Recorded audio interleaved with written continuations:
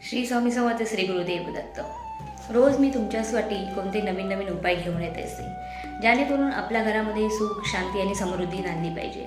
आणि प्रत्येकाची इच्छा तीच आहे, आपण कामासाठी सुद्धा त्याच्यासाठीच जातो की आपल्या घरामध्ये सुख शांती नांदली पाहिजे. आजचा जो उपाय असणार तो खूप खास आहे, कारण तो माझासुद्धा खूप फेवरेट उपाय आहे. करायचं काय नाही आहे, खूप साधा आणि सोपा उपाय तुम्हाला सांगते.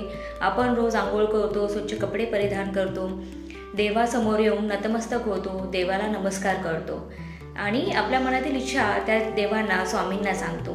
तर तुम्हाला तेच करायचं आहे. रोज आंघोळ केल्यानंतर किंवा घरातून बाहेर जाताना आपल्या घरातील जेवढे वडीलधारी माणसं आहेत, आई, आजोबा, आजी, काका, काकी, जे तुमच्या घरामध्ये सगळ्यात श्रेष्ठ आहेत, वडीलधारे आहेत, त्यांचा न चुकता आशीर्वाद घ्या.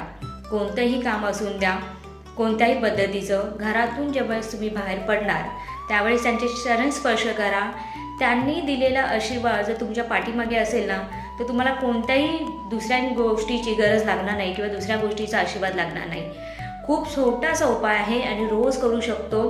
काही खर्च नाही आहे, कोणतेही पैसे द्यायचे नाही आहे, कोणत्याही वेळेचं बंधन नाही आहे, कोणत्याही तारीख, शुभ मुहूर्त कसलंच बंधन नाही आहे. आणि करून बघा. ज्यावेळेस आपल्या वडीलधाऱ्यांचा आशीर्वाद आपल्याला लागतो ना, त्यावेळेस आयुष्य हे सगळ्यात सुंदर आणि सुखकर बनतं. त्या आजपासूनच तुम्ही याचा अनुभव घ्या आणि कमेंटमध्ये लिहायला विसरू नका. श्री गुरुदेव दत्त. श्री स्वामी समर्थ.